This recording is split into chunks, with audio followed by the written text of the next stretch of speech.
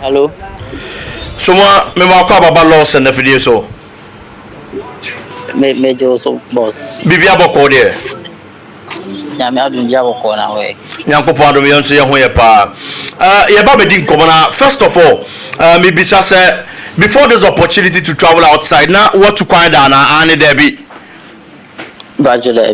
Na untu find da. Bachelor. Ghana ni akwada wasi so a usi akan makomasi Asante Kotoko na akwanya ba se ko Spain ne kokosi akan. Say na feeling net here. Na good is untu kwanda na first time uko Europe there. Na good. Okay, ukoko PMU it was Spain. How has it been like life in Spain? Na good. Though tough there right now any my course boko. Tough now, o say no dan na man ye tough. Me buy na me face challenges be as a injuries ne enema bi na ama menya playing time but it's where they be okay. It's so far this season, Omode Mono saying AC Echo, what about how many matches? When you how many goals? When you assist saying? My bought 3 matches, my 2 goals and 1 assist. That is a 3 direct goal involvement in a 3 matches. Yeah. Okay. Ninti yenya and nkoma ye didi HS there are other suitors. Say Celta Vigo nti and akoye na say ye woka no Omode Mono nti ama other clubs show interest e wo Somuah mu. Say na san community here. No the me ni bibia met maka from no me agent ni manager. Anyway, yeah. La end them in tis uncle Bizarre. Unti san komo no. Davi. Eti yamfa ne sɛ onte yɛ okay na ekoba sɛ bibi sa ba sɛ na obesi asom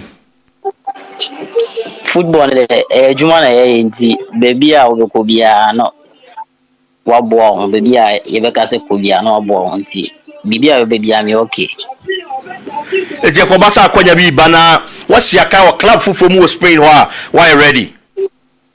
Yeah, am I ready for any club? Okay.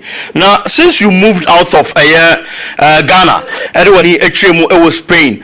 How has the connection been with Kumasi Asante Kotoko technical team of Ufria? Join a club it was Spain. Okay, me that's me asedan kuma me am father plus one at Ugu. Kenya odi me from me ba ha no. Ama any my easy ama and they are many chat like me team from technical team me no be a chat players will be a me no me okay be like yeah cool.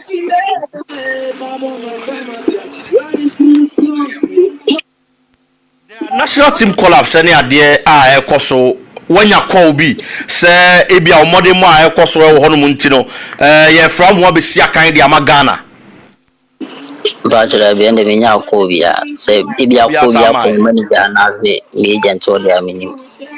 okay yenim say only a senior Ghana footballer and a war a Celta Vigo Joseph Edu only nkita ho die te sen. Oh, many are close. Many are close to one. On me bars so far. All many are joa. Me ba na me nya Ghana Gani ni on one na me di Ghana Gani. Or me PA ko share movie to turn your mama. Oh yeah, oh a good guy. But you see, I only have you. Only ne din komo. Yeah, me na chat. And na chat. Side or no other players men or Celta Vigo team ni mo omama will stay e will Spain Celta Vigo are you okay? Iago Aspa and Alonso and some team B players. I don't know Zebia minimum there. Inti Iago Aspas as an experienced player only no Eddie nkomo ama na chewo pen experience awa amase wo football mu baby a obobo akwa dru eniema ben na wa chewo se wo ye be boa e wo career ni mu First day me buy local training grounds. On the first person, and no mama football be say football there. Me na na focus any hard training. Nye bibia gidigidi. They has me focus me training hard. And one will catch him. Okay, Celta Vigo as a club and so technical team no or performance so far when you're in TB because you say a loan deal other suitors and so now but club now who come na nkasa no when you're in TB say omo bepe say obe extend you stay no na omo ne wire adwuma. So I know the omoni mindin komo mfasa asama no me agent as manager na omni be din komo ti say bia bibi ko so sa dia me nimbe performance am say am one dey me gidi say bia we with my okay. Mati Somuah ye jam mo akọ di asem na wo ka che Ghana for no mfafo nkwada players a omo si so Ghana ha. They make catch players almost so say football dey enye gidi like print ko be bia wa ho be chiro abetre me matna mi team afijali beti or Asante Kotoko matna almost 5 years and sana me Kotoko in player there so we nya abetre amount time opera anya na bia wa feel no na me wa me ka show. Okay. Other players also ewo Spain Ghana for nkwada no David Oduro nom Aziz nom any ade oni omo din komo. Oh omo de me no number be there ye no omo ball match or omo home me no omo din komo ansa no. Okay. Mate Somuah ye bejaw na wakwa to ade na o yeso ntiri mepam ye be sha so abana ye no watwetwe komo. Mate boss.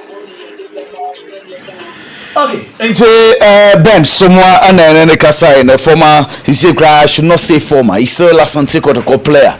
And you call Spain and Kobon Komo or Celta Vigo him say kakra yeah wishing all the best to say from junior team no so be pija na onosu erem kwame na ye bon komo say no Kotoko had to folk statements about saying according to Ghana Football Association committee's head Julius Enuma onoso so echrim say I was say meeting calendar no into calendar no necessary meeting e be meeting calendar no so the next say ye starting na e ball league no meaning Julius voice now. Let's listen to Julius voice then we'll move on.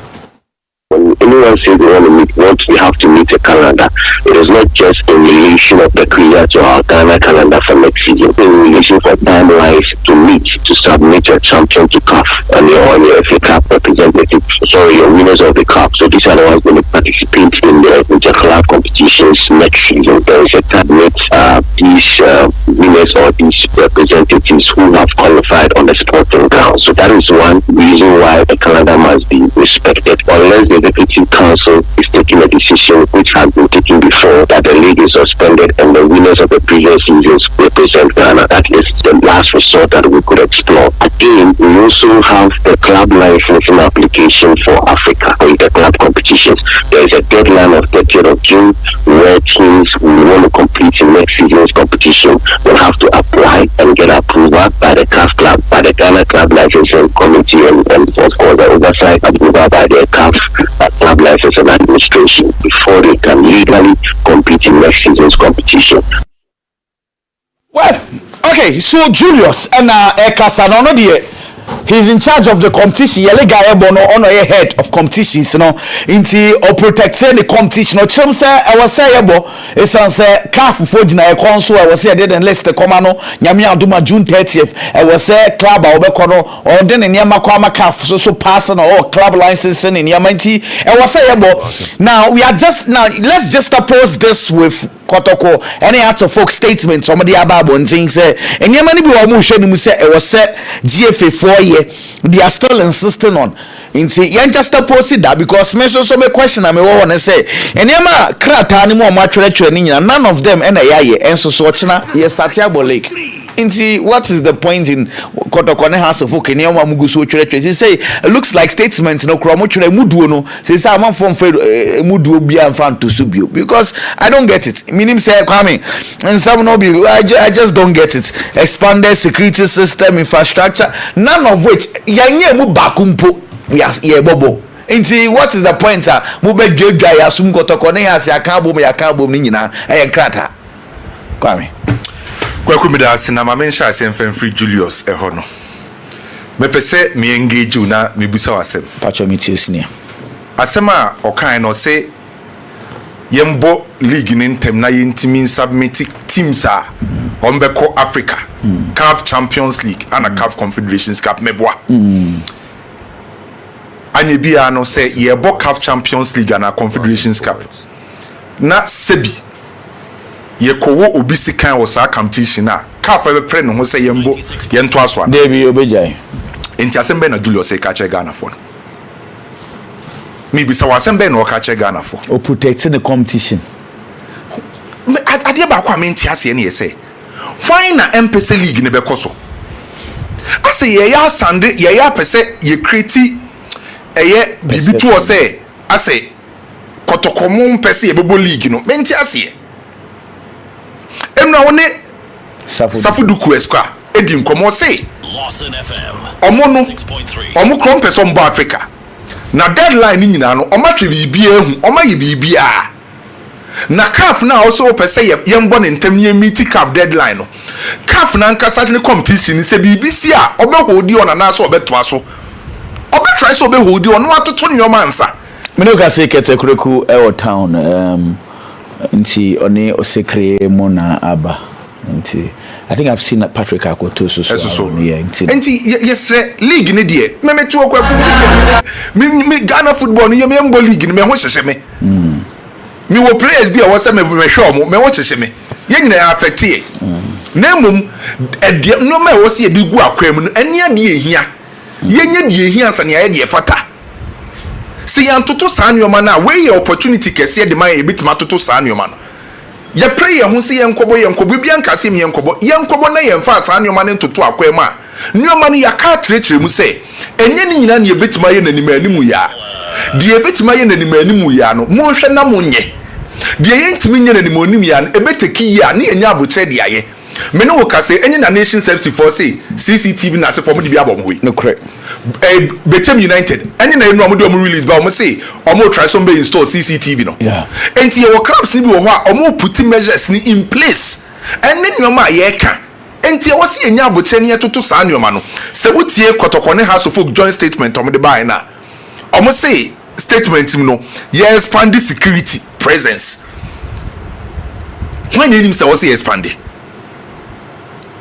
league na yebo no when him say wo say expand me release na buy no na it all say anka yebem nsema kese pa na ebe free maba dada no na to be honest with you release na buy na dada na because me there me what difference e wo me hu ade a na me expect say baby a ye about from day one ye expand and I say ye increase security personnel various venues obi akasa enti na release na Safuduku ka che say ye nya abotre no na eto say anke beba say oh ye nyina ye kochia Ghana Football Association no Ghana Football Association aja tum say security aspect no omo fa ho ka exactly that is the kind of then we say we are making progress now we dey check that no it's yenkodi Safuduku yentwen dada na because na dey na we oji dey say Kotoko has pa mamu disappoint ye say omo de ni pensesi from sa me catch us say two clubs ibako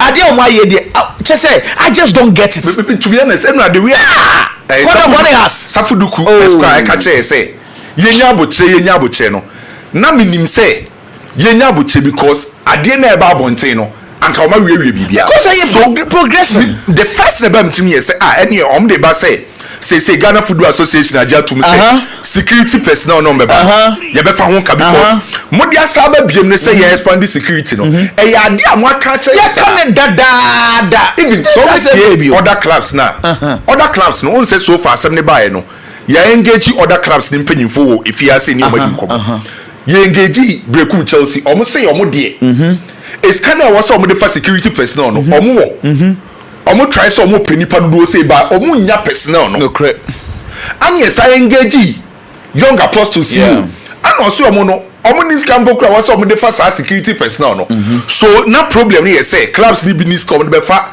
required an answer number of security personnel members venue no and ebi mu de na say ye nya sika no by nipa do na e wo say omo ba no omo nya enti na problem ya sha say identify so na me expect say omo this release na ba no okay say no for the said nipa 40 and I was omo ba category C match Ghana Football Association second be 6.3 half most mo for half anase ye fa ni nyina anase mpokra ne say na me expect say anko betima so ye ni aban ni mpokra engage aban ne say obetima half. I agree with you. I want to use okay. We are making progress, but by releasing because kwame me pamucho any big ye. And yema Kotoko has a folk actually to sakrate we so the buy. Emu dia na since I any free mo no yaye. Ebi any ho.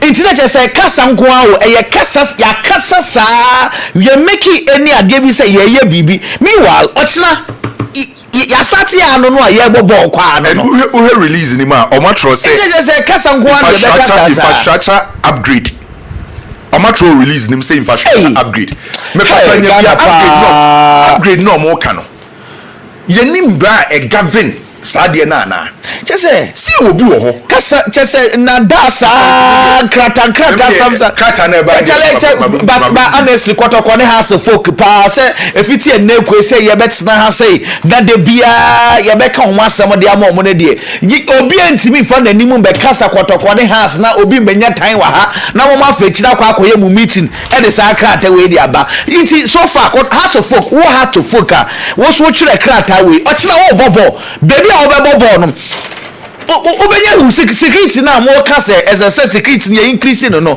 are you going to have an improved security system there or you are going to play by the old one?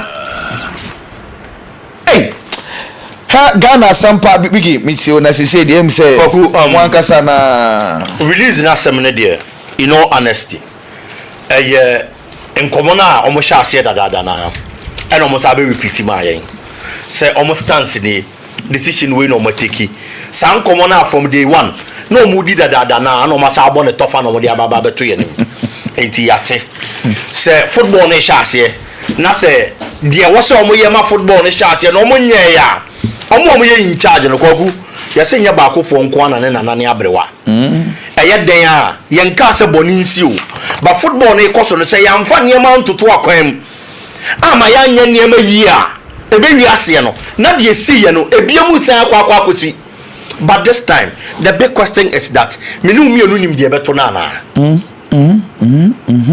menu mienu ye nim de sa de ne beto ro asemo opani bi tena akro bi so kro mo nyina na ne ho den ana abo bi wo kro nim o nwuram ade sa no aba fie no aba ba be kyem mo a ho no ware o kye mo ni nyina awiwie o wi mo ni nyina awiwie no still come de no o mu nya ni nku no eti ade sa afi oba fie no aba ba be penipa no wa kye na we no ade sa no aba no oba penipa no wa kye na we no opanyi no obi a pa ne chon say on sori no onko nyi kro no o se yemfa no ho because ye nche na butu ani abo ne wi kro mo oni panyina o wi no tisi panyina busuam e no o wi obi a afi obi asa aka o de panyina nko a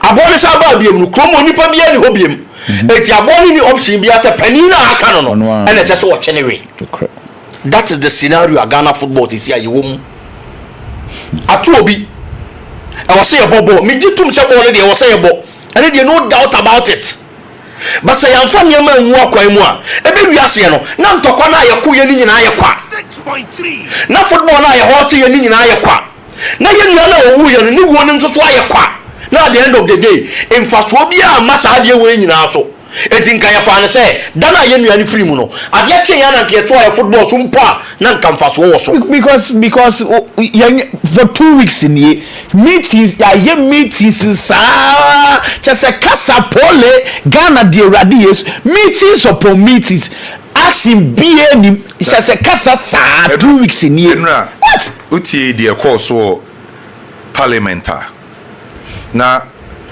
honorable for no be brain say any say approve venues bi wo ho a enkoyi ne saa nyoma na kwaku eya mete sansem na de omko kan ni nyina no ewo mo ye parliament de nenu ano mo discuss about venues ahodo a yebo league ni nkoyi ne saa de ma ni nyina no me bisa wo as a country you even one modern stadium ana Pacho Derby. So one modern day stadium na the referee say be bomb match I just say ko pack up so meba entina make say MPs ahodo omo semra de maye no omo say venues bi wo yikroma say ebo league ni say ebo wo so ana make say country ni nyina oman ni nyina mpokra no ye ni stadium a obeka say ye modern no enti dey na aban no eye de aboa je be pese me kire ni nyina no because some say your venues bi wo ho ani si ebobo wo ho a eye no kure how many times ni en kan ye ba o man ni nyina ye se Ghana ye football nation African Cup of Nations ya je say yes ya je na ye kese no ye kura ye ni one modern standard stadium Inti me bacho on person che say GFA4 no enye straight with regard to stadiums, you know. Good. Inti yenye streets. Now we are where se kafu ye streets a Ghanaian bobo ha. So we be am free ban. So how I told you be akwaku. Ye kasa obi be kasa as ye ni abri no. Oman ni na ni bi oba ye se Ghana Football Association enya streets on clubs ni baby on bobo. By oman ni nyina akwa no. This year kopacho ansa ni enya baby abu football. And unse na enura na meka honorable Samia Ukudie se o se ensenti na nkofo koye saa de nyina akwaku me pese me busa o se data ben na wo ho a back say hooliganism ekoso we various stadium na sefo nyina no eyo omo no akono mo nsa de koye saa de I'm sure he's just sharing his opinion. me to ask you yeah but opa check records oma ye tu omo nanu ya nanu ya dia de course wo keep kosi ana players no AS ade no na players o makwa akono mu nsa na Pacho Derby nti bibia ni ho by the bia ni yenya bibi di ase on say asamo ba bibia ni yenya bibi di ase but to be fair until I make us say penyifo no ye shemo ni die mu a minim who but esese munya knowledge about eniyama ni bibri because to be very honest 90% of our problems are for Kotoko was injustice. But what I say, we can carry 50 policemen, yeah, for 100 inko. So supporters near 5,000, 100 police no, or 500 police cannot control them if they want to do whatever they want to do. But say the justice system was Ghana leg, you know, correct. Big you could bonnet, ya punish biggie.